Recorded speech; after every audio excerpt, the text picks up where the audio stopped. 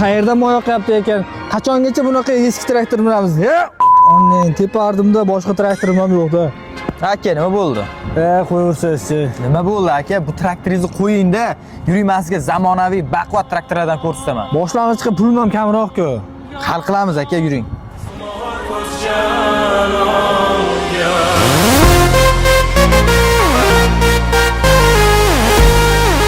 Ko'rganingizdek, bizda nafaqat Belarus traktorlari, undan tashqari Yuto traktorlari bor, tuning qilingan traktorlar bor va har qanday turdagi agregatlarimiz bor.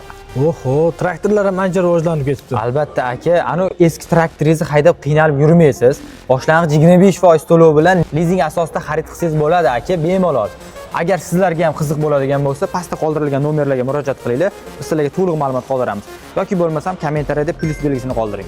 Bizga o'xshab eski traktor haydab yurgan akalar, traktor borizga kelib, yangi traktor xarid qilish vaqti keldi. Albatta sizlarni kutib qolamiz.